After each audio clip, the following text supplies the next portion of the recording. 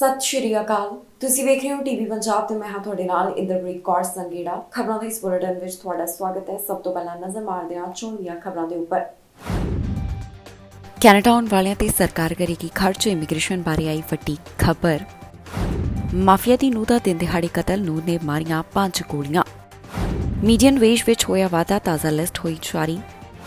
ਹੁਣ 1 ਲੱਖ ਔਰਤਾਂ ਕਰਨਗੀਆਂ ਨੌਕਰੀ। ਚਾਈਲਡ ਕੇਅਰ ਬਾਰੇ ਆਈ ਵੱਡੀ ਖਬਰ।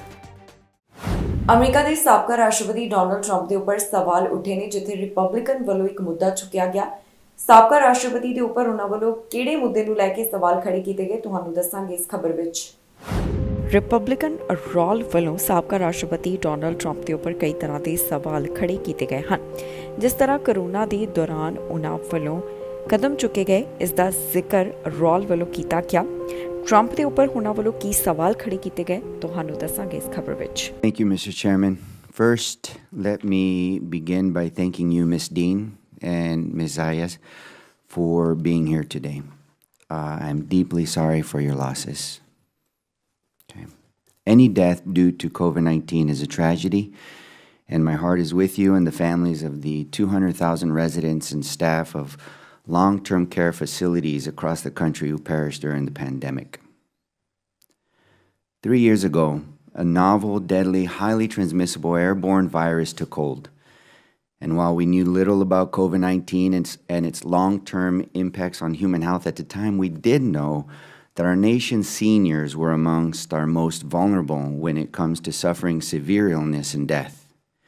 So as COVID-19 swept the country and the federal response to the virus faltered under President Trump's states, were forced to grapple with an unfamiliar public health threat. And yes, policy missteps were made. On March 4th, 2020, the Centers for Medicare and Medicaid Services issued guidance permitting nursing homes to admit and readmit COVID-19 positive patients, but only if the nursing home could do so safely, following protocols to prevent transmissions among residents and staff. However, in an attempt to relieve hospital strain in a time of crisis, states like New York went beyond this guidance, requiring nursing homes to reopen their doors to COVID-positive patients with must-admit orders, regardless of safety and capacity to follow guidance and protocols. And as a physician, I disagree with that. Now, as COVID-19 hospitalizations and deaths have decreased exponentially thanks to the availability of vaccines and improved therapeutics, we must build better policies that will save lives and prevent harm in the event of another pandemic. Canada ਤੇ America ਵੱਲੋਂ ਸਾਂਝੇ ਤੌਰ ਦੇ ਉੱਪਰ ਇੱਕ ਯੋਜਨਾ ਬਣਾਈ ਜਾ ਰਹੀ ਹੈ, ਜਿੱਥੇ ਉਹਨਾਂ ਵੱਲੋਂ ਇਕੱਠਿਆਂ ਇੱਕ ਪ੍ਰੋਜੈਕਟ ਦੇ ਉੱਪਰ ਕੰਮ ਕੀਤਾ ਜਾਵੇਗਾ। ਇਲੈਕਟ੍ਰਿਕ ਵਾਹਨਾਂ ਵਾਸਤੇ ਇੱਕ ਕੋਰੀਡੋਰ ਬਣਾਇਆ ਜਾ ਰਿਹਾ ਤਾਂ ਕਿ ਇਲੈਕਟ੍ਰਿਕ ਵਾਹਨਾਂ ਨੂੰ ਚਾਰਜ ਕੀਤਾ ਜਾ ਸਕੇ। ਇਹ ਯੋਜਨਾ ਸੰਬੰਧੀ ਹੁਣ ਕੋਰੀਡੋਰ ਕਿਹੜੇ ਖੇਤਰ ਤੋਂ ਲੈ ਕੇ ਕਿੱਥੇ ਤੱਕ ਬਣਨ ਵਾਲਾ ਹੈ, ਇਹ ਵੀ ਦੱਸਿਆ ਗਿਆ। ਕੈਨੇਡਾ ਤੇ ਅਮਰੀਕਾ ਵੱਲੋਂ ਸਾਂਝੇ ਤੌਰ ਦੇ ਉੱਪਰ ਉਪਰਾਲਾ ਕੀਤਾ ਜਾ ਰਿਹਾ, ਜਿੱਥੇ ਉਹਨਾਂ ਵੱਲੋਂ ਈਵੀ ਚਾਰਜਿੰਗ ਕੋਰੀਡੋਰ ਬਣਾਇਆ ਜਾਵੇਗਾ। ਇਹ ਕੋਰੀਡੋਰ ਕਿਬੈਕ ਸ਼ਹਿਰ ਤੋਂ ਕਲਾਮਾਜ਼ੂ ਤੱਕ ਹੋਣ ਵਾਲਾ ਹੈ। ਇਸ ਬਾਰੇ ਜੋ ਜਾਣਕਾਰੀ ਸਾਹਮਣੇ ਆਈ, ਉੱਥੇ ਦੱਸਿਆ ਗਿਆ ਕਿ ਕੈਨੇਡਾ ਤੇ US ਵੱਲੋਂ ਮਿਲ ਕੇ ਹੁਣ ਇਸ ਪ੍ਰੋਜੈਕਟ ਉੱਪਰ ਕੰਮ ਕੀਤਾ ਜਾਵੇਗਾ, ਜਿੱਥੇ ਕਿਬੈਕ ਸਿਟੀ, ਮਿਸ਼ੀਗਨ, ਇਹਨਾਂ ਥਾਵਾਂ ਦੇ ਉੱਪਰ ਚਾਰਜਿੰਗ ਕੋਰੀਡੋਰ ਸਟੇਸ਼ਨ ਬਣਾਏ ਜਾ ਰਹੇ ਹਨ। ਕੈਨੇਡਾ ਤੇ ਅਮਰੀਕਾ ਵੱਲੋਂ ਇਹ ਉਪਰਾਲਾ ਇਸ ਕਾਰਨ ਵੀ ਕੀਤਾ ਜਾ ਰਿਹਾ ਹੈ ਤਾਂ ਕਿ ਜ਼ਿਆਦਾ ਤੋਂ ਜ਼ਿਆਦਾ ਲੋਕ ਇਲੈਕਟ੍ਰਿਕ ਵਾਹਨ ਖਰੀਦ ਸਕਣ।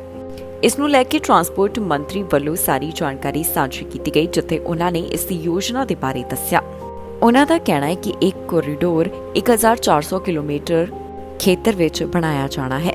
ਇਸ ਤਹਿਤ 215 ਚਾਰਜਿੰਗ ਸਟੇਸ਼ਨ ਹੋਣਗੇ, ਜਿਸ ਦੇ ਵਿੱਚ ਡੈਟਰੋਇਟ ਤੇ ਟੋਰਾਂਟੋ ਅੰਦਰ 61 ਅਤੇ ਹੋਰ ਵੀ ਕਈ ਥਾਵਾਂ ਦੇ ਉੱਪਰ ਬਾਕੀ ਸਟੇਸ਼ਨ ਹੋਣ ਵਾਲੇ ਨੇ। ਇਸ ਤੋਂ ਇਲਾਵਾ ਉਹਨਾਂ ਵੱਲੋਂ ਦੱਸਿਆ ਗਿਆ ਕਿ ਇਸ ਪ੍ਰੋਜੈਕਟ ਦਾ ਸਿਰਾ ਰਾਸ਼ਟਰਪਤੀ ਜੋ ਬਾਈਡਨ ਤੇ ਪ੍ਰਧਾਨ ਮੰਤਰੀ ਜਸਟਿਨ ਟਰੂਡੋ ਦੇ ਸਿਰ ਵੱਜਦਾ ਹੈ। ਦੋਹਾਂ ਵੱਲੋਂ ਹੀ ਇਸ ਨੂੰ ਲੈ ਕੇ ਸਹਿਮਤੀ ਦਾ ਪ੍ਰਗਟਾਵਾ ਕੀਤਾ ਗਿਆ। ਹੁਣ ਇਸ ਦੇ ਨਾਲ ਇਹ ਫਾਇਦਾ ਹੋਏਗਾ ਕਿ ਜਿਹੜੇ ਆਪਣੇ ਵਾਹਨ ਨੂੰ 2 ਦੇਸ਼ਾਂ ਦੇ ਵਿੱਚ ਲੈ ਕੇ ਜਾਣ ਵਾਲੇ ਡਰਾਈਵਰਸ ਨੇ, ਉਹ ਆਪਣਾ ਇਲੈਕਟ੍ਰਿਕ ਵਾਹਨ ਚਾਰਜ ਕਰ ਸਕਦੇ ਨੇ।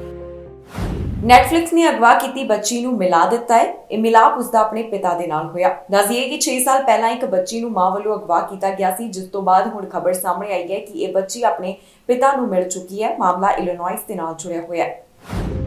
6 ਸਾਲ ਪਹਿਲਾਂ ਅਗਵਾ ਹੋਈ ਬੱਚੀ ਨੈਟਫਲਿਕਸ ਦੇ ਜ਼ਰੀਏ ਆਪਣੇ ਬਾਪ ਨੂੰ ਮਿਲ ਗਈ ਹੈ। ਜੀ ਹਾਂ, ਅਮਰੀਕਾ ਦੇ ਇਲੀਨੋਇਸ ਤੋਂ ਇੱਕ ਅਜਿਹਾ ਮਾਮਲਾ ਸਾਹਮਣੇ ਆਇਆ ਜਿੱਥੇ 6 ਸਾਲ ਪਹਿਲਾਂ ਇੱਕ ਬੱਚੀ ਨੂੰ ਉਸ ਦੀ ਮਾਂ ਵੱਲੋਂ ਅਗਵਾ ਕੀਤਾ ਗਿਆ। ਇਸ ਮਾਂ ਨੂੰ ਬੱਚੀ ਦੀ ਕਸਟਡੀ ਨਹੀਂ ਮਿਲੀ ਸੀ ਤੇ ਹੁਣ ਇਹ ਬੱਚੀ ਨਾਰਥ ਕੈਰੋਲੀਨਾ ਦੇ ਵਿੱਚ ਮਿਲ ਚੁੱਕੀ ਹੈ। 15 ਸਾਲ ਦੀ ਇਹ ਬੱਚੀ ਬਿਲਕੁਲ ਸੁਰੱਖਿਅਤ ਮਿਲੀ ਜੋ ਕਿ ਨਾਰਥ ਕੈਰੋਲੀਨਾ ਵਿੱਚ ਸੀ ਤੇ ਹੁਣ ਉਹ ਆਪਣੇ ਇਲੀਨੋਇਸ ਦੇ ਵਿੱਚ ਪਿਤਾ ਕੋਲ ਚਲੀ ਗਈ ਹੈ। ਦੱਸ ਦਈਏ ਕਿ ਕਾਇਲਾ ਨਾਮ ਦੀ ਇਸ ਬੱਚੀ ਨੂੰ 6 ਸਾਲ ਪਹਿਲਾਂ ਅਗਵਾ ਕੀਤਾ ਗਿਆ ਸੀ। ਕਾਇਲਾ ਦੇ ਪਿਤਾ ਨੂੰ 2017 ਦੇ ਵਿੱਚ ਬੱਚੀ ਦੀ ਪੂਰੀ ਕਸਟਡੀ ਮਿਲ ਗਈ, ਪਰ ਬਾਅਦ ਦੇ ਵਿੱਚ ਉਸ ਨੂੰ ਮਾਂ ਵੱਲੋਂ ਅਗਵਾ ਕਰ ਲਿਆ ਗਿਆ।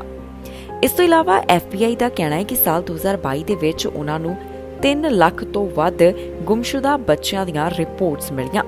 ਇਸ ਮਾਮਲੇ ਦਾ ਜ਼ਿਕਰ ਕਰਦਿਆਂ ਉਹਨਾਂ ਵੱਲੋਂ ਦੱਸਿਆ ਗਿਆ ਕਿ ਕਾਇਲਾ ਨੂੰ ਕਿਸੇ ਨੇ ਦੁਕਾਨ ਤੇ ਦੇਖਿਆ ਤੇ ਉਸ ਵੱਲੋਂ ਪਹਿਚਾਣ ਲਿਆ ਗਿਆ ਕਿਉਂਕਿ ਉਹਨਾਂ ਵੱਲੋਂ ਇਸ ਬੱਚੀ ਨੂੰ ਨੈਟਫਲਿਕਸ ਤੇ ਅਨਸੋਲਵਡ ਮਿਸਟਰੀਜ਼ ਸੀਰੀਜ਼ ਦੇ ਵਿੱਚ ਦੇਖਿਆ ਗਿਆ ਸੀ ਤੇ ਫਿਰ ਉਸਨੇ ਸਟੋਰ ਦੇ ਕਰਮਚਾਰੀ ਨੂੰ ਇਸ ਬਾਰੇ ਸੂਚਨਾ ਦਿੱਤੀ ਤੇ ਪੁਲਿਸ ਨੂੰ ਇੱਥੇ ਬੁਲਾਇਆ ਗਿਆ।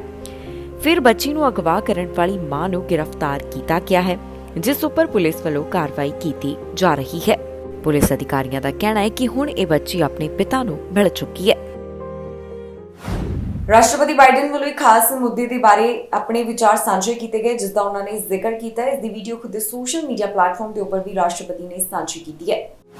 ਇਨਡੈਪਥ ਲਿਮਿਟ ਨੈਗੋਸ਼ੀਏਸ਼ਨ ਦੇ ਬਾਰੇ ਰਾਸ਼ਟਰਪਤੀ ਜੋ ਬਾਈਡਨ ਨੇ ਗੱਲ ਕੀਤੀ, ਇਸ ਬਾਰੇ ਉਹ ਆਪਣਾ ਪੱਖ ਰੱਖਦੇ ਹੋਏ ਦਿਖਾਈ ਦਿੱਤੇ। ਰਾਸ਼ਟਰਪਤੀ ਬਾਈਡਨ ਨੇ ਇਸ ਦੀ ਵੀਡੀਓ ਖੁਦ ਸੋਸ਼ਲ ਮੀਡੀਆ ਪਲੇਟਫਾਰਮ ਦੇ ਉੱਪਰ ਵੀ ਸਾਂਝੀ ਕੀਤੀ ਹੈ। ਕੀ ਕਹਿਣਾ ਹੈ ਉਹਨਾਂ ਦਾ, ਆਓ ਤੁਹਾਨੂੰ ਸੁਣਾਉਂਦੇ ਹਾਂ। Well, I'm not going to accept any work requirements that's going to impact on medical health needs of people. I'm not going to accept any work requirements that go much beyond what is already. Well, I voted years ago for the work requirements that exist. But it's possible there could be a few others, but not anything of any consequence. Thank you. What message does this send That to we're- PNG and to Australia? I know that it was important to you to focus on Asia in this trip, but this is having to be put aside. Is this almost a win for China? No, because we're still meeting. We still have 4 good allies.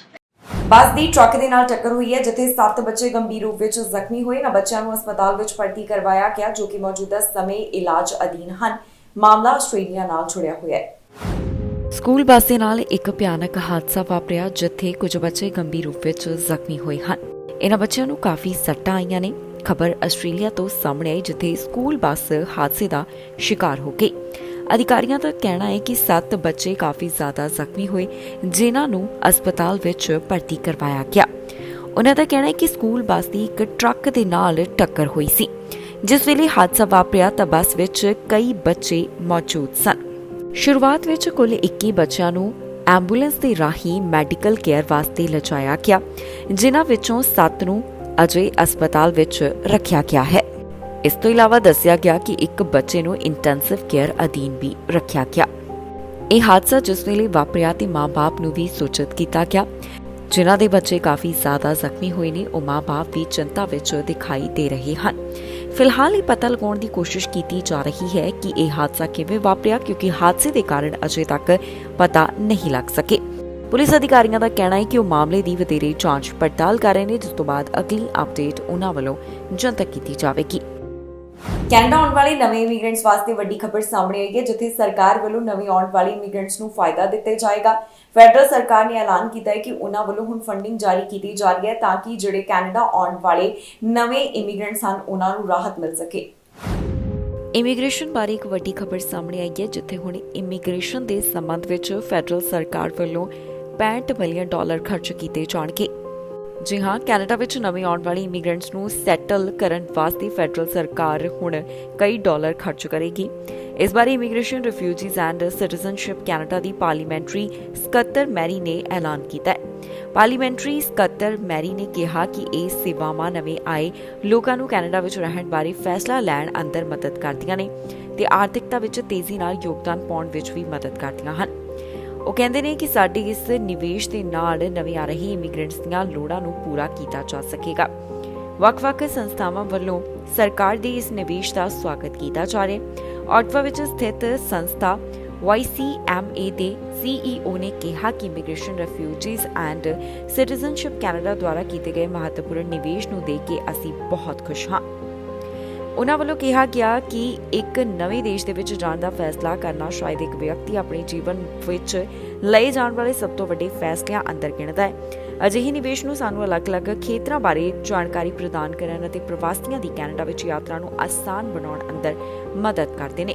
ਇਸੇ ਲੜੀ ਤਹਿਤ federal minister Harjeet ਸੱਜਣ ਵੱਲੋਂ British Columbia ਦੇ ਸਕਸਮ ਨਾਮੀ ਸੰਸਥਾ ਨੂੰ $12 million ਦੀ funding ਦੇਣ ਦਾ ਐਲਾਨ ਕੀਤਾ ਗਿਆ। ਇਸ ਮੌਕੇ ਬੋਲਦਿਆਂ ਉਹਨਾਂ ਨੇ ਕਿਹਾ ਕਿ ਇਹ ਸੰਸਥਾਵਾਂ ਕੈਨੇਡਾ ਵਿੱਚ ਆਉਣ ਵਾਲੀ ਇਮੀਗ੍ਰੈਂਟਸ ਨੂੰ ਆਪਣਾ ਫੈਸਲਾ ਲੈਣ ਵਿੱਚ ਮਦਦ ਕਰਦੀਆਂ ਹਨ। ਦੱਸ ਦਈਏ ਕਿ ਕੈਨੇਡਾ ਵਿੱਚ ਬਹੁਤ ਸਾਰੀਆਂ ਅਜਿਹੀਆਂ ਏਜੰਸੀਆਂ ਕੰਮ ਕਰਦੀਆਂ ਨੇ ਜੋ ਕਿ ਇਮੀਗ੍ਰੈਂਟਸ ਨੂੰ ਕੈਨੇਡਾ ਆਉਣ ਤੋਂ ਪਹਿਲਾਂ ਅਤੇ ਬਾਅਦ ਦੇ ਵਿੱਚ ਕੈਨੇਡਾ ਅੰਦਰ ਸੈਟਲ ਹੋਣ ਲਈ ਮਦਦ ਕਰਦੀਆਂ ਨੇ। ਇਹਨਾਂ ਵੱਲੋਂ ਪ੍ਰਦਾਨ ਕੀਤੀਆਂ ਜਾਂਦੀਆਂ ਸੇਵਾਵਾਂ ਵਿੱਚ ਕੈਨੇਡੀਅਨ ਸੱਭਿਆਚਾਰ ਬਾਰੇ ਜਾਣਕਾਰੀ ਦੇਣਾ, ਰੋਜ਼ਗਾਰ ਦੇ ਮੌਕਿਆਂ ਬਾਰੇ ਜਾਣਕਾਰੀ ਦੇਣਾ ਤੇ ਅੰਗਰੇਜ਼ੀ ਤੇ ਫ੍ਰੈਂਚ ਆਦਿ ਸਿਖਾਉਣ ਦੀਆਂ ਕਲਾਸਾਂ ਦੇਣੀਆਂ ਆਦਿ ਸ਼ਾਮਿਲ ਹੈ। ਕੈਨੇਡਾ ਆਉਣ ਵਾਲੇ ਪ੍ਰਵਾਸੀ ਕੈਨੇਡਾ ਆਉਣ ਤੋਂ ਪਹਿਲਾਂ ਇੱਥੇ ਆ ਕੇ ਇਹਨਾਂ ਸੰਸਥਾਵਾਂ ਦਾ ਲਾਭ ਲੈ ਸਕਦੇ ਹਨ। ਕੈਨੇਡਾ ਵੱਲੋਂ ਪ੍ਰੀ ਅਰਾਈਵਲ ਸੇਵਾਵਾਂ ਦੀ ਸ਼ੁਰੂਆਤ 1998 ਦੌਰਾਨ ਕੀਤੀ ਗਈ ਸੀ। ਮਾਫੀਆ ਦੇ ਨਾਲ ਜੁੜਿਆ ਹੋਇਆ ਮਾਮਲਾ ਕੈਨੇਡਾ ਤੋਂ ਸਾਹਮਣੇ ਆਇਆ, ਜਿੱਥੇ ਮਾਫੀਆ ਦੀ ਨੂੰਹ ਦੇ ਉੱਪਰ ਹਮਲਾ ਕਰਦਿਆਂ ਉਸ ਦਾ ਕਤਲ ਕੀਤਾ ਗਿਆ। ਦਿਨ ਦਿਹਾੜੇ ਹੀ ਨੂੰਹ ਦਾ ਕਤਲ ਕਰਨ ਦੀ ਖਬਰ ਸਾਹਮਣੇ ਆਈ ਹੈ, ਜਿਸ ਦੀ ਪੁਲਿਸ ਵੱਲੋਂ ਜਾਂਚ ਪੜਤਾਲ ਕੀਤੀ ਜਾ ਰਹੀ ਹੈ। ਮੌਂਟਰੀਅਲ ਤੋਂ ਮਾਫੀਆ ਦੇ ਨਾਲ ਜੁੜੀ ਹੋਈ ਵੱਡੀ ਖਬਰ ਸਾਹਮਣੇ ਆਈ ਹੈ, ਜਿੱਥੇ ਮਾਫੀਆ ਮੈਂਬਰ ਦੀ ਨੂੰਹ ਨੂੰ ਦਿਨ ਦਿਹਾੜੇ ਗੋਲੀਆਂ ਮਾਰ ਕੇ ਉਸ ਦਾ ਕਤਲ ਕਰ ਦਿੱਤਾ ਗਿਆ। ਜਾਣਕਾਰੀ ਮੁਤਾਬਕ ਮੌਂਟਰੀਅਲ ਦੀ ਮਾਫੀਆ ਡੌਨ ਮੋਰੇਨੋ ਗੈਲੋ ਦੀ ਨੂੰਹ ਦਾ ਦਿਨ ਦਿਹਾੜੇ ਕਤਲ ਕਰ ਦਿੱਤਾ ਗਿਆ। ਸੂਤਰਾਂ ਦੇ ਹਵਾਲੇ ਤੋਂ ਆਈ ਜਾਣਕਾਰੀ ਮੁਤਾਬਕ ਇਹ ਘਟਨਾ 4:30 ਦੇ ਕਰੀਬ ਸਾਹਮਣੇ ਆਈ ਹੈ, ਜਿੱਥੇ ਨੂੰਹ ਨੂੰ 5 ਗੋਲੀਆਂ ਮਾਰੀਆਂ ਗਈਆਂ। ਪੀੜਤ ਨੂੰ ਇੱਕ ਸੈਲੂਨ ਦੇ ਬਾਹਰ ਪਾਰਕਿੰਗ ਲਾਟ ਦੇ ਵਿੱਚ ਨਿਸ਼ਾਨਾ ਬਣਾਇਆ ਗਿਆ। ਮੌਂਟਰੀਅਲ ਪੁਲਿਸ ਦੇ ਦੱਸਣ ਮੁਤਾਬਕ ਜਦੋਂ ਮੌਕੇ ਵਾਲੀ ਥਾਂ ਦੇ ਉੱਪਰ ਪਹੁੰਚੇ ਤਾਂ ਗੋਲੀਆਂ ਲੱਗਣ ਕਾਰਨ ਉੱਥੇ ਉਹਨਾਂ ਨੂੰ ਇੱਕ ਜ਼ਖਮੀ ਹਾਲਤ ਵਿੱਚ ਲੜਕੀ ਮਿਲੀ। ਇਹ ਲੜਕੀ ਕਾਰ ਅੰਦਰ ਮੌਜੂਦ ਸੀ। ਕਾਂਸਟੇਬਲ ਨੇ ਦੱਸਿਆ ਕਿ ਜਦੋਂ ਪੀੜਤ ਤੇ ਗੋਲੀਆਂ ਚਲਾਈਆਂ ਗਈਆਂ ਤਾਂ ਉਹ ਕਾਰ ਚਲਾ ਰਹੀ ਸੀ ਤੇ ਉਸ ਦੀ ਕਾਰ ਇਮਾਰਤ ਦੇ ਨਾਲ ਜਾ ਕੇ ਟਕਰਾਈ। ਪੁਲਿਸ ਦਾ ਕਹਿਣਾ ਹੈ ਕਿ ਚਸ਼ਮਦੀਦ ਗਵਾਹਾਂ ਮੁਤਾਬਕ ਇਸ ਗੋਲੀਬਾਰੀ ਨੂੰ ਅੰਜਾਮ ਦੇਣ ਵਾਲੇ ਪੈਦਲ ਹੀ ਉੱਥੋਂ ਫਰਾਰ ਹੋ ਗਏ। ਪੁਲਿਸ ਨੇ ਮ੍ਰਿਤਕ ਦੀ ਉਮਰ ਜਾਂ ਫਿਰ ਪਹਿਚਾਣ ਜਨਤਕ ਨਹੀਂ ਕੀਤੀ। ਦੱਸਿਆ ਜਾ ਰਿਹਾ ਹੈ ਕਿ ਪੀੜਤ ਨੂੰ ਮੌਕੇ ਤੇ ਹੀ ਮ੍ਰਿਤਕ ਐਲਾਨ ਕਰ ਦਿੱਤਾ ਗਿਆ। ਬਾਅਦ ਦੇ ਵਿੱਚ ਪੁਲਿਸ ਵੱਲੋਂ ਦੱਸਿਆ ਗਿਆ ਕਿ ਪੀੜਤ ਦਾ ਨਾਮ ਕਲੋਡੀਆ ਹੈ, ਜੋ ਕਿ ਮੋਰੇਨੋ ਗੈਲੋ ਦੇ ਬੇਟੇ ਦੀ ਪਤਨੀ ਸੀ। ਮੋਰੇਨੋ ਨੂੰ ਸਾਲ 2013 ਵਿੱਚ ਮੈਕਸੀਕੋ ਅੰਦਰ ਕਤਲ ਕਰ ਦਿੱਤਾ ਗਿਆ। ਇਸ ਤੋਂ ਇਲਾਵਾ ਸੂਤਰਾਂ ਦਾ ਕਹਿਣਾ ਹੈ ਕਿ ਕਲੋਡੀਆ ਅਪਰਾਧਿਕ ਗਤੀਵਿਧੀਆਂ ਵਿੱਚ ਸ਼ਾਮਿਲ ਨਹੀਂ ਸੀ।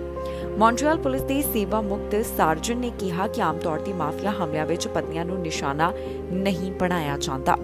ਸੂਤਰਾਂ ਦੇ ਹਵਾਲੇ ਤੋਂ ਪਤਾ ਚੱਲਿਆ ਕਿ ਮੌਂਟਰੀਅਲ ਪੁਲਿਸ ਦੇ ਅਫਸਰ 2015 ਦੇ ਵਿੱਚ ਕਲੋਡੀਆ ਨੂੰ ਮਿਲੇ ਸਨ, ਜਦੋਂ ਉਸ ਦੇ ਬਿਊਟੀ ਸੈਲੂਨ ਤੇ ਹਮਲਾ ਕੀਤਾ ਗਿਆ।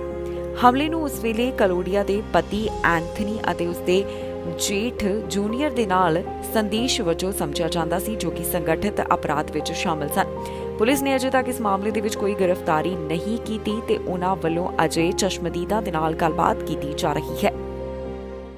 ਹੁਣ 1 ਲੱਖ ਹੋਰ ਔਰਤਾਂ ਕੰਮ ਕਰਨਗੀਆਂ, ਨੌਕਰੀ ਕਰਨਗੀਆਂ, ਜਿਨ੍ਹਾਂ ਬਾਰੇ ਸੂਬੇ ਤੋਂ ਜਾਣਕਾਰੀ ਸਾਹਮਣੇ ਆ ਰਹੀ ਹੈ। ਓਨਟਾਰੀਓ ਸੂਬੇ ਤੋਂ ਚਾਈਲਡ ਕੇਅਰ ਦੇ ਬਾਰੇ ਜਾਣਕਾਰੀ ਸਾਹਮਣੇ ਆਈ, ਜਿੱਥੇ ਦੱਸਿਆ ਗਿਆ ਕਿ ਕਈ ਔਰਤਾਂ ਹੁਣ ਨੌਕਰੀਆਂ ਕਰ ਸਕਦੀਆਂ ਨੇ।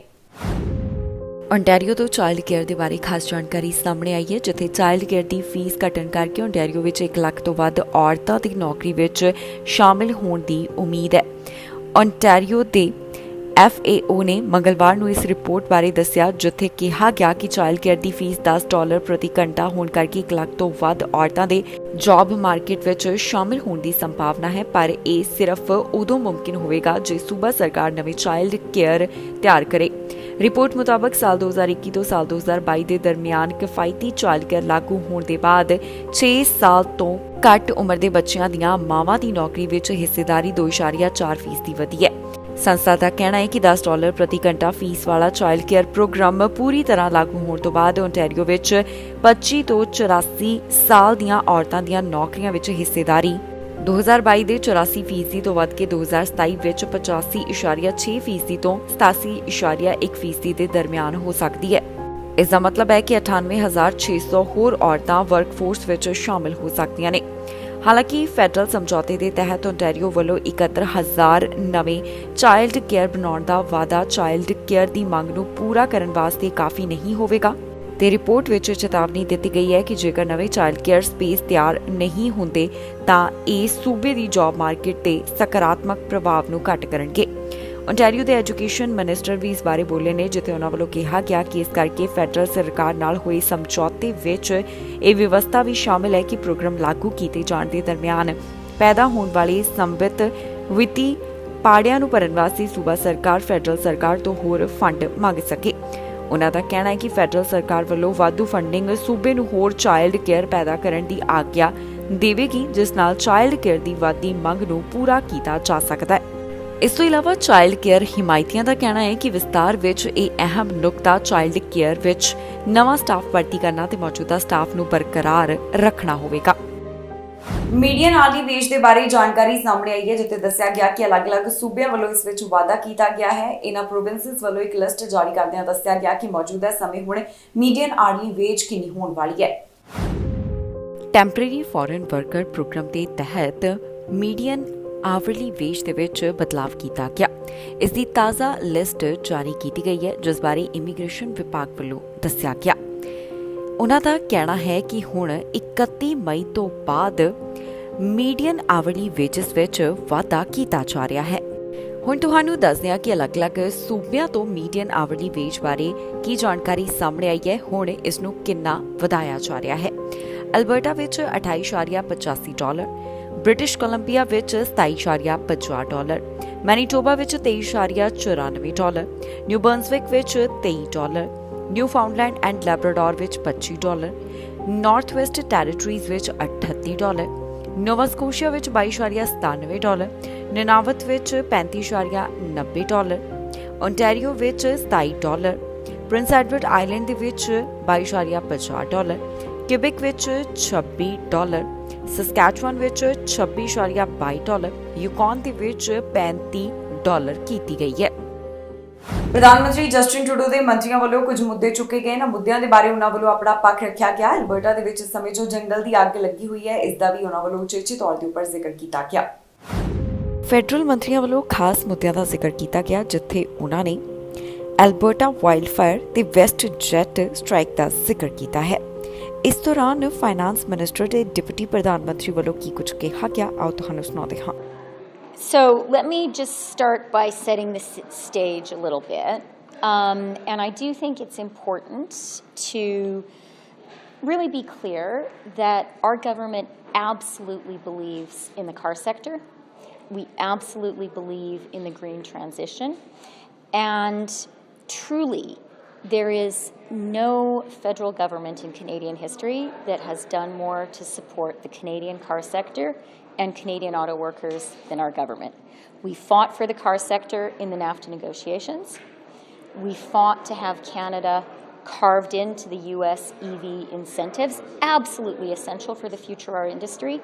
And we are working hard right now with the incentives built into our budget, with the industrial policy incentives built into our budget, and direct negotiations with companies to ensure that Canada is a leader in electric vehicle production. So our government is absolutely there. We're absolutely supportive. Having said that, or not having said that, as part of that effort, it is so important to ensure a few things. One, from my perspective, is our green industrial policy needs to deliver for everyone in the country, from coast to coast to coast. I was at Finance Committee yesterday, and one of the very reasonable questions I was asked was, you know, great that the government is doing all this stuff in Ontario. What's going to happen in other provinces? I take that concern very seriously. And from my perspective, the way to ensure that the federal government's industrial policy delivers for the whole country is to ensure that provinces that are getting the direct benefit pay their share. And that is what's happening. ਇਸ ਦੇ ਨਾਲ ਹੀ ਜਾਂਦੇ ਇੱਕ ਵਾਰ ਫਿਰ ਤੋਂ ਨਜ਼ਰ ਮਾਰਦੇ ਹਾਂ ਚੋਣ ਦੀਆਂ ਖਬਰਾਂ ਤੇ। ਕੈਨੇਡਾ ਆਉਣ ਵਾਲਿਆਂ ਤੇ ਸਰਕਾਰ ਕਰੇਗੀ ਖਰਚ, ਇਮੀਗ੍ਰੇਸ਼ਨ ਬਾਰੇ ਆਈ ਵੱਡੀ ਖਬਰ। ਮਾਫੀਆ ਦੀ ਨੂੰਹ ਦਾ ਦਿਨ ਦਿਹਾੜੇ ਕਤਲ, ਨੂੰਹ ਨੇ ਮਾਰੀਆਂ 5 ਗੋਲੀਆਂ। ਮੀਡੀਅਨ ਵੇਜ ਵਿੱਚ ਹੋਇਆ ਵਾਧਾ, ਤਾਜ਼ਾ ਲਿਸਟ ਹੋਈ ਜਾਰੀ। ਹੁਣ 1 ਲੱਖ ਔਰਤਾਂ ਕਰਨਗੀਆਂ ਨੌਕਰੀ। ਚਾਈਲਡ ਕੇਅਰ ਬਾਰੇ ਆਈ ਵੱਡੀ ਖਬਰ। ਖਬਰਾਂ ਦੇ ਇਸ ਬੁਲੇਟਿਨ ਵਿੱਚ ਇੰਨਾ ਹੀ। ਫਿਲਹਾਲ ਮੈਨੂੰ ਇੰਦਰਪ੍ਰੀਤ ਕੌਰ ਸੰਗੇੜਾ ਨੂੰ ਦਿਓ ਇਜਾਜ਼ਤ ਤੇ ਤੁਸੀਂ ਵੇਖਦੇ ਰਹੋ TV ਪੰਜਾਬ।